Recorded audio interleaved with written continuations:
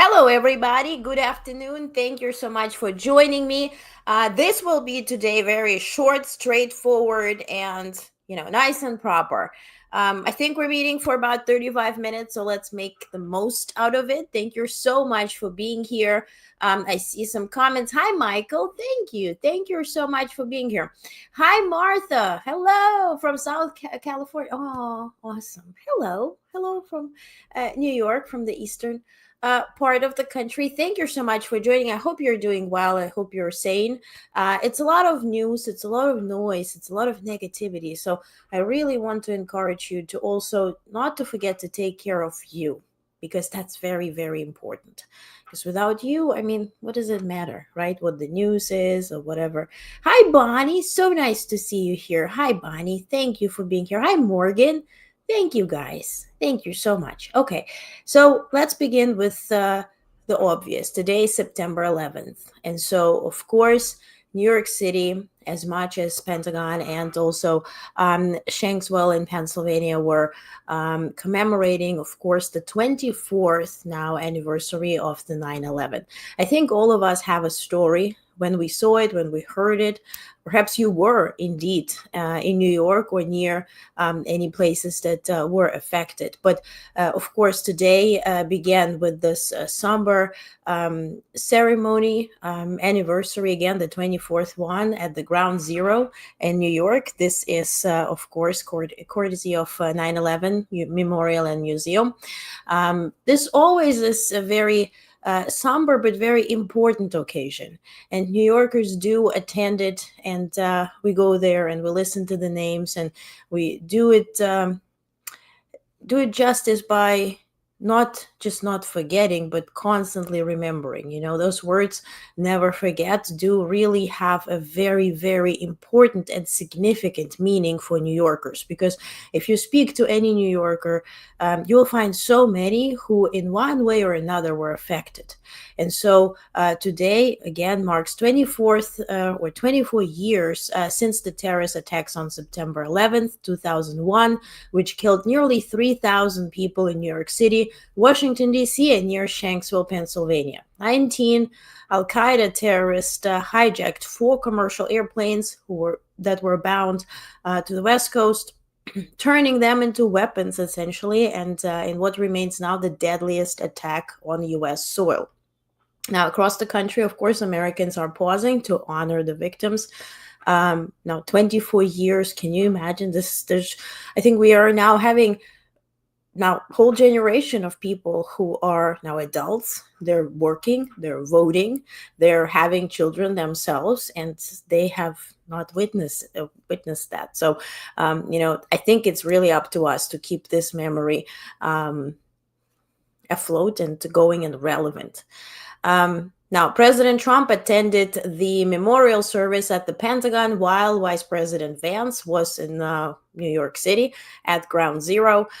Trump, again, at that ceremony first this morning, decided to move it into courtyard, not near the the spot where it has been done for 23 years. Now he moved it sort of in a smaller setting because of the shooting of Charlie Kirk yesterday. So before he was seated, and we'll watch those videos, he did speak, he did sign the book, he did walk.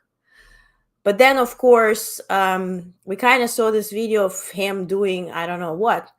I'll let you decide, but this is what Trump was doing, seated, listening to the names that were then, again, pronounced and announced of the victims. Take a look. Hilda E. Taylor.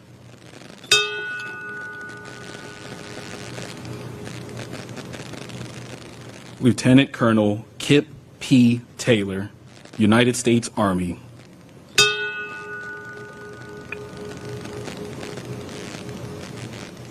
Leonard E. Taylor.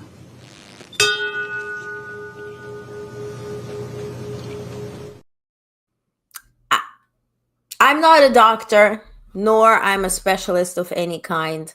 I let you decide and think. I thought this was interesting. Then Secretary of Defense, as he nicknames himself, Secretary of War, Hegseth, spoke. And somehow he turned this day that is really about 9/11 victims and their families into somehow letting all of us know that we got to prepare to defend our land. This is a snippet of whatever he said. It was bedlam. But in that moment, American heroism was laid bare. That purpose, that spirit lives on in uniform today. Despite such tragedies, our republic endured. It endured that day. It endured on Flight 93, charging that cockpit, and at the Pentagon. It endured over those Islamists. It endured over 2 decades of war, and it endured stronger, wiser, and tougher, forged by the blood and courage of patriots.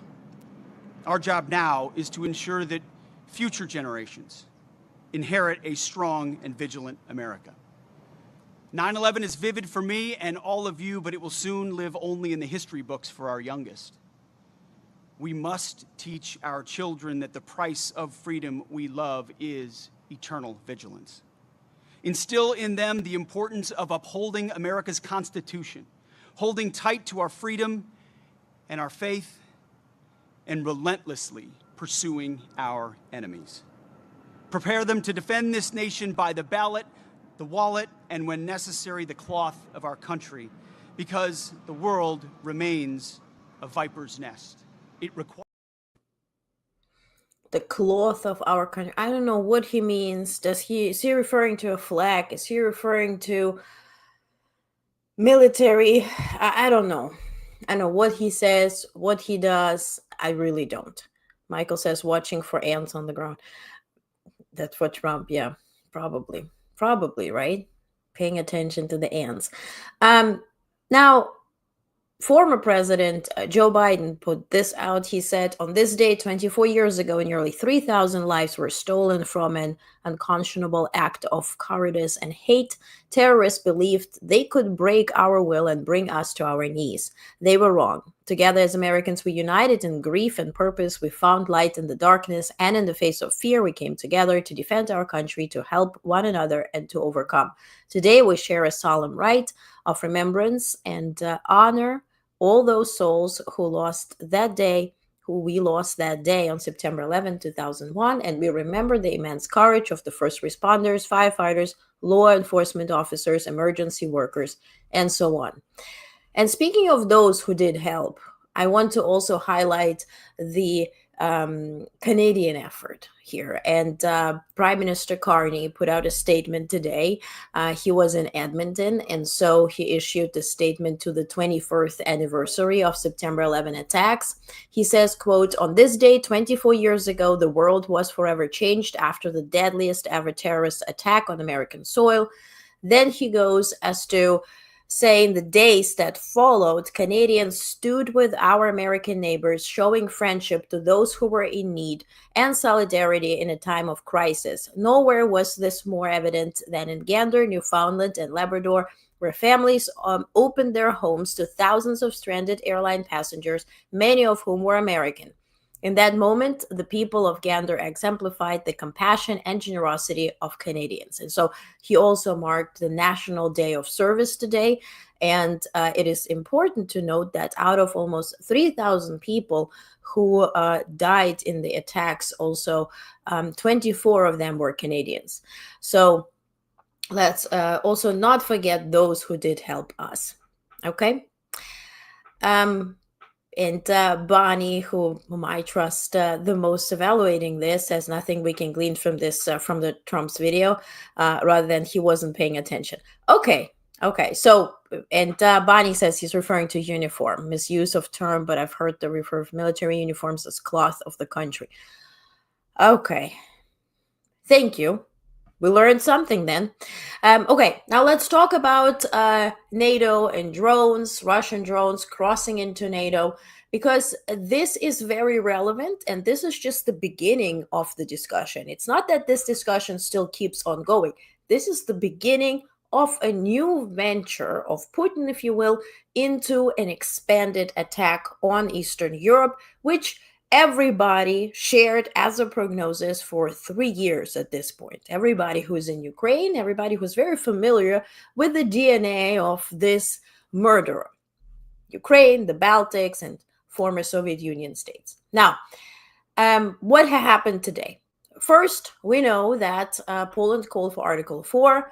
This is just the right for any nation and any ally to call for a meeting to discuss national security, which exactly what happened today at the UN Security Council. Now, they convened this emergency meeting per Polish request. Now, Warsaw also immediately called for stronger air defense support from NATO allies, igniting urgent debate about the alliance's response.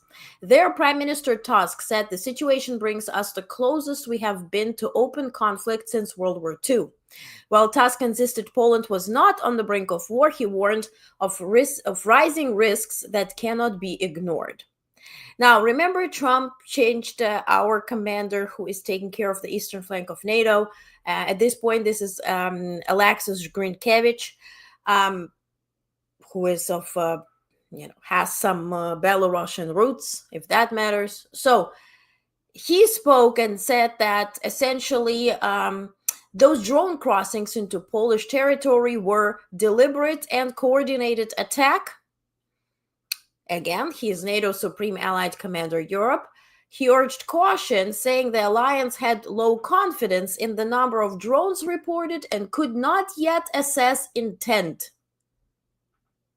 I leave you with that message. I think anybody with half a brain could assess intent.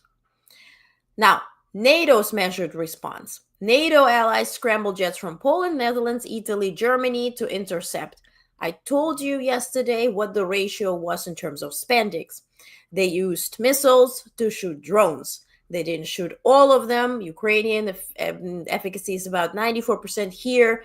They were 4 drones out of 2 dozen or something like that. Some say 20, some say 22, some say 24. But was a single-digit number of drones that they managed to shoot down. As a result, President of Ukraine, Zelensky, how many emails are we going to get today? Sorry for the buzzing. President Zelensky offered Poland and Polish soldiers to be trained by Ukrainians in intercepting those drones because Ukraine has been doing this for 3+ years.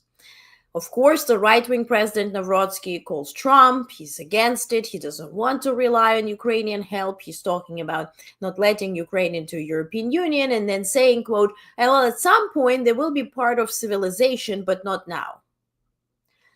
But then on a military level, Ukraine does offer help to Polish military, and they do accept, and they start sort of cooperating there, at least. Now, NATO allies scrambled jets. Then Grushkevich praised the rapid coordination, but said lessons must be learned. They're overspending. The ratio is $280 to 1. $280 spent by NATO to $1 spent by Russia to offend, $280 to defend. Very uneven situation. This incident triggered consultation under Article 4, not Article 5. Okay, now, as to regional and global fallout. Now, Trump posted on social media, quote, "What's with Russia violating Poland's airspace with drones?" End quote. After holding a call with Polish President Nawrocki. Now, France, Germany, and Italy proposed new measures to bolster Poland's air defenses. Now, let's stop right here. To put it in very simple terms, protecting Poland and Polish skies and investing more in protecting Poland means directly investing and protecting Ukraine less, even more less, or even lesser than it was before. This is also part of intent by Putin, speaking of intent. And I'm sure Grishkevich, if he were really honest, he would admit that there are a couple of intentions. Like, for instance, testing the corridor that can be followed by missiles, testing the response, how effective it is, how fast it is, from which sides it comes, right? Also, testing the Article 5, how fast that can be, brought up. Turns out not really. But also provoking Poland to start demanding more protection because they are, in fact, part of NATO, which then moves the military aid away from Ukraine. Why? Because military aid that NATO allies buy essentially from US and are sending to Ukraine goes through Poland. So now it would stop there. That's exactly what Putin wants to achieve too. Now, Netherlands and Spain summoned Russian ambassadors in protest, with Dutch officials calling the act either reckless or malicious, but unacceptable either way. Poland has now banned drone flights and restricted small air traffic along its eastern borders through December 9th. UK also, as I went live, they issued a statement also condemning this violation of Polish airspace. So far, so good. Now, we are now at the second stage of the trouble. As I reported last week and I mentioned yesterday, Belarus and Russia have planned those exercises. It's called Zapad, which is West in Russian, Zapad 2025 joint military drills. Those drills are happening at the border of Belarus and Poland. Drills of such caliber and alike did happen in 2022, days before full invasion of Ukraine. As a result, Poland is mobilizing their forces, and they have sent 40,000 troops to the border ahead of those war games. That's what Russia calls war games. Very Hexas-like. Now, also, Warsaw, which is the capital of Poland, has already shut all crossings with Belarus to duration of the drills. But after the drone incursion, the government said the border would remain closed until further notice.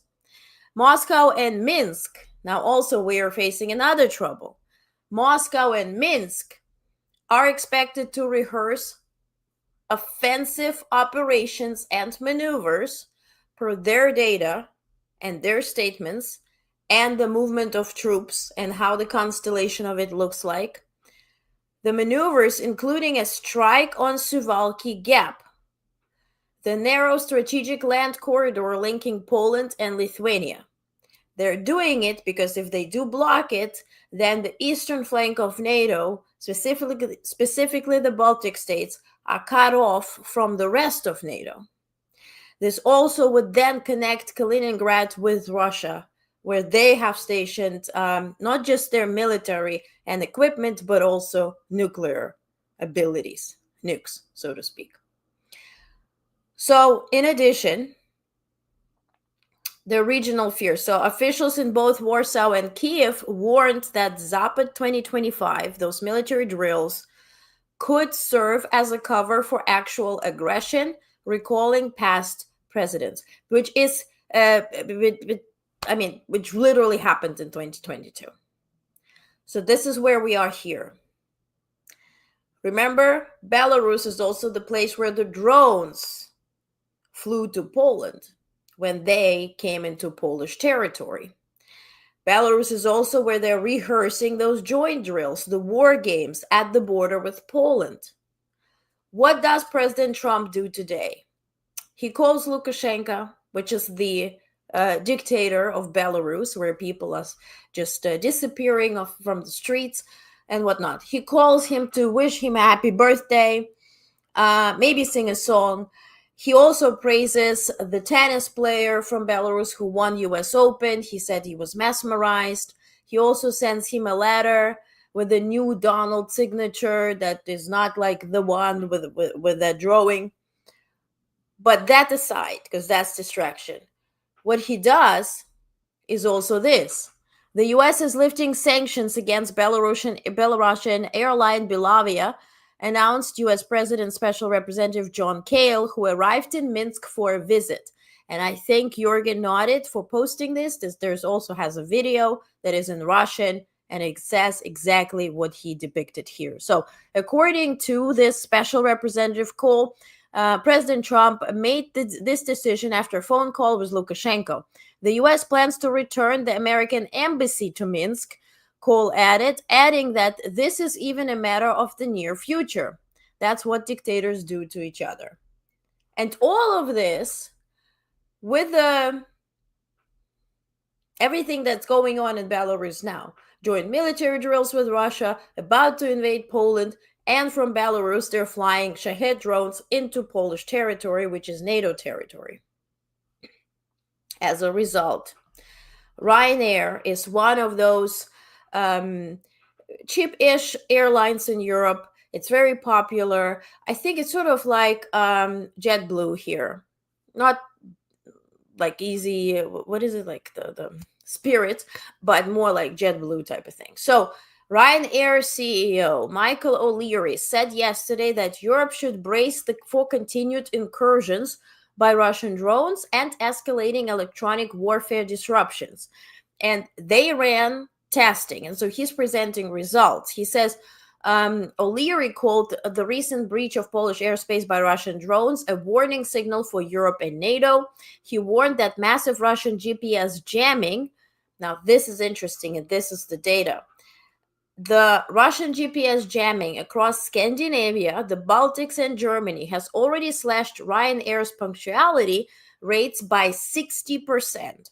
So 60% of planes are delayed over Scandinavia, Sweden, Norway, Germany, and the Baltics because of Russian jamming.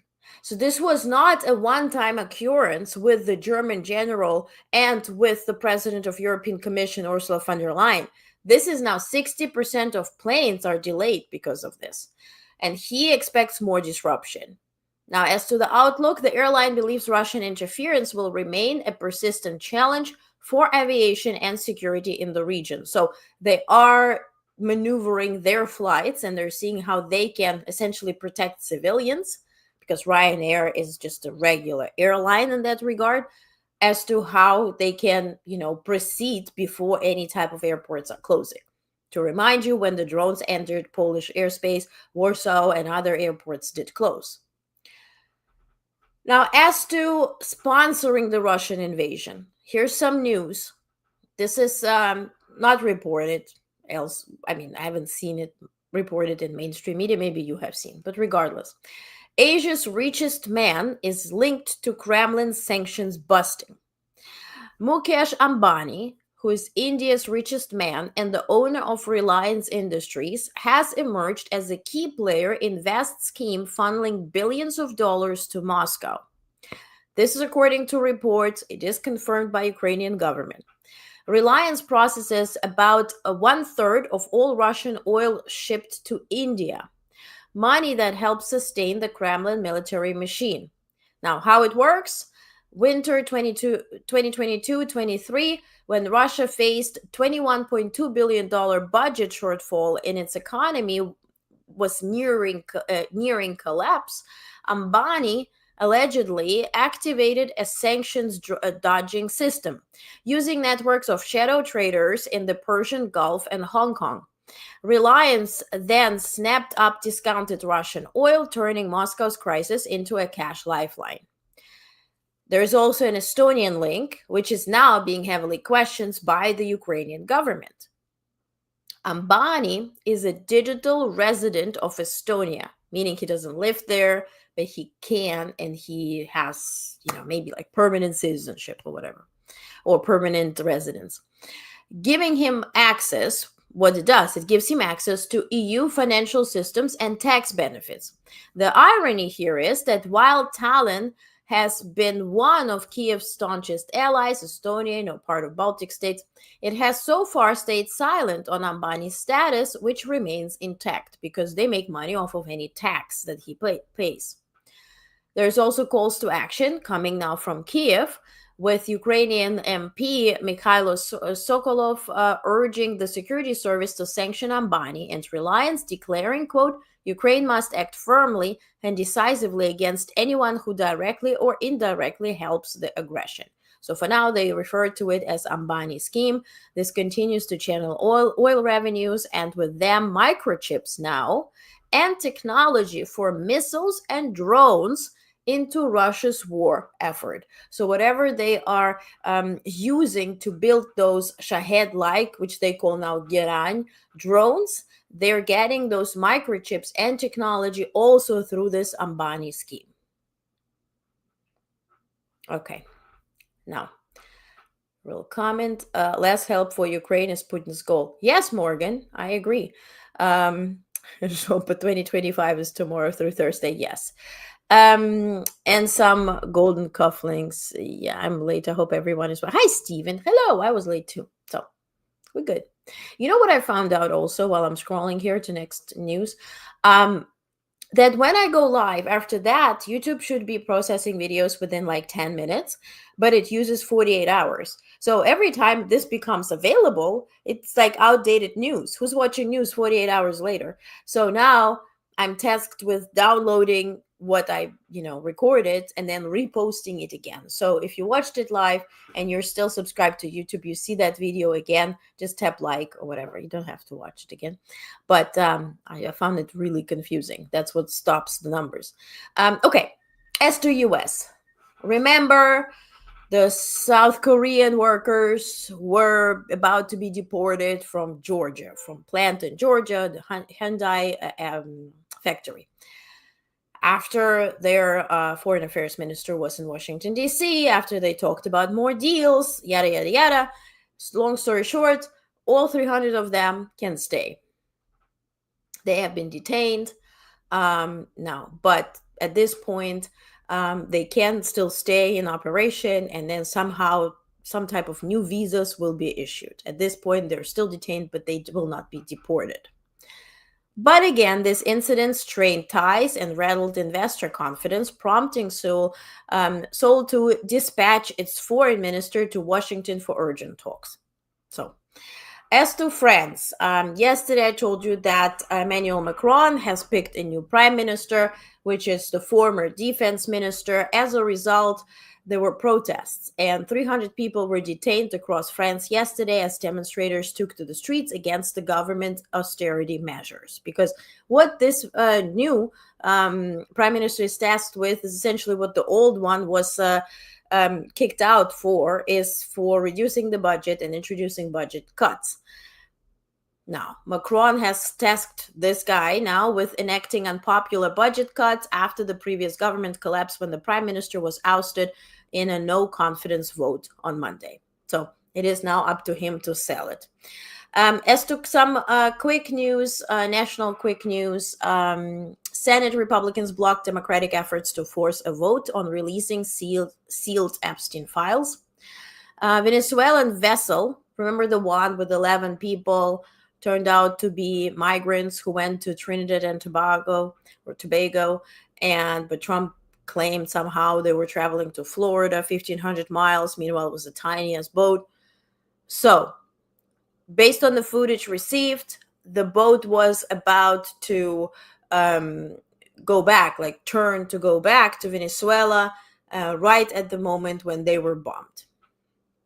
Now, The Trump administration moved to repeal a Biden-era rule protecting millions of acres of U.S. lands, aiming to expand oil, coal, and timber use. Also, a lawsuit by 3 former officials alleges that Trump White House exerted extraordinary influence over FBI decisions. The administration will restart some federal research funding to Harvard, though pressure campaigns against the university now may continue. Other news, federal funding is being halted for certain colleges deemed inherently racist by the education department, affecting some of the nation's most diverse schools. And that, yes, does include HBCUs. The court also ruled a transgender boy in South Carolina may use the boys' bathroom, at least temporarily, which is an important, we might think, like, why would we care? But this is a precedent for anything to follow against transgender people's rights. So, other news, a professor was dismissed after a student alleged she taught gender ideology in a children's literature course, and that happened in Texas, of course. The Justice Department abandoned claims that Guatemalan parents wanted their unaccompanied children to be deported. So they just, they stated this as a fact. Now they just deleted it and don't want to talk about it. Obviously, it was bogus. Parents wanted their children to be deported. As to ICE raids, ICE agents raided a construction site near CIA headquarters. Some fleeing workers attempted to scale the agency's fence. As to Colorado shooting, a male student suspected of shooting 2 peers died of self-inflicted injuries on campus. This happened yesterday during the other shooting that all of us are talking about. Some changes are coming to CBS News. CBS News is considering appointing Barry Weiss, who built this free press. It's called the Free Press Company, that is sponsored directly by Mark Andreessen and David Sachs, the same investors who invested in X, the same investors who also include Peter Thiel, invested in the Free Press on Substack, ultimately investing in Substack as a company. Now, the deal is that this Free Press will be bought by CBS News, and Barry Weiss will be installed as either editor-in-chief or co-president. So it's just Peter Thiel's team taking over CBS News, essentially. Now, 2 months after mandating 8-inch combat boots, Hackset, Air Force now cut the requirement to 6 inches for easier compliance. But it was really hurting women, essentially.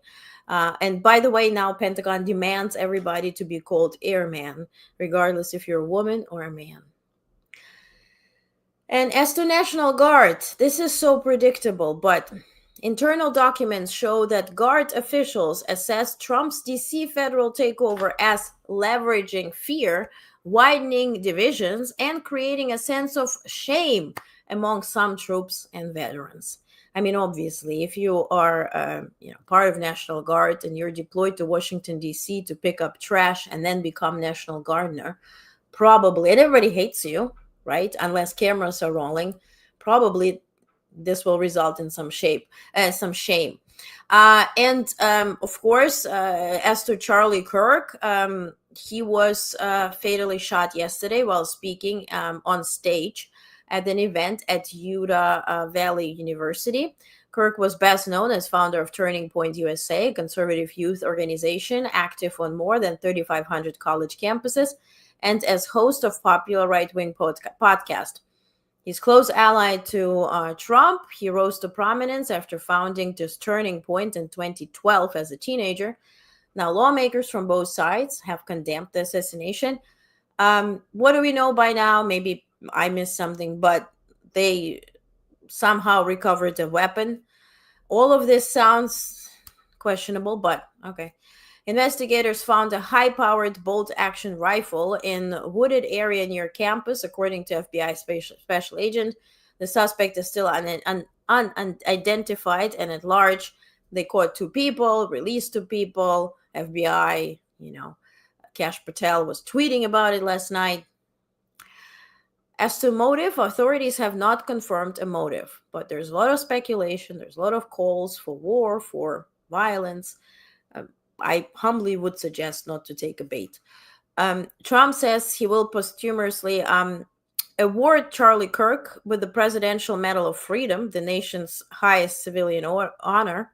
And the president ordered flags flown at half-mast through Sunday. And he wrote on social media that no one understood or had the heart of the youth in the United States of America better than Charlie. I have a lot of questions. I don't really see any answers to my questions. So until then, it's not my topic to comment on. I will go back to, I'm a person of empathy and decency, and so I offer that. So, and as to Pentagon, America's top military officer said that the U.S. Joint Force urgently needs to adopt advanced algorithms and next-generation AI systems to help commanders and Pentagon leaders to manage emerging threats across multiple regions. So essentially, they're calling for different AI systems to run the entire operation and to connect Air Force with military, with Navy, and all. The remarks underscore growing recognition within the military that artificial intelligence will be pivotal in shaping security strategy. I don't know. If you ever chatted with ChatGPT or any other of those and you think they never make mistakes, good for you. Some quick global news before I let you go, and I direct you to read everything on our in the today's news briefing, because it's quite long, but it really dives into actual news. And as much as the news is can be heavy or, interesting, not interesting, scary, or whatnot, you are learning what exactly is happening. I'm trying to keep everything brief. I'm not exaggerating. I'm not doing clickbaity stuff. I'm not adding any, zhuzhed up emotions to it, because our emotions are already very affected and anxiety is here. So I'm trying to calm you down with facts. So I would love to direct you to read today's news briefing. There, what I haven't read out yet, it's a quick global news about UK firing ambassador because he's connected to Epstein. Now, royal reconciliation between Prince Harry and King Charles. Israel striking Houthis. Deadly blast in Mexico City. Then U.S., China starting the dialogue. We are sending people to China to talk. Israel, again, sharing their plans for Gaza. Nepal's path forward after the big protests, and Ebola outbreak in DRC, and then Trump policies to reshape U.S. emissions path. So please go ahead. There's also added some business news as well. So it will take you about 5 to 10 minutes to read. You can scroll through everything I read. So it starts with global news. Okay. I got to run to a meeting, but I will see you tomorrow at 5 p.m. To recap everything that happens between now and then. All right. Keep your head on a swivel. Stay positive, and I'll see you tomorrow. Please read the news. It's pinned to all my social media profiles. If you're on Substack, just search Honest. It's honest.substack.com. Very easy, free, no paywall. Okay? Thank you so much for being here, and see you tomorrow.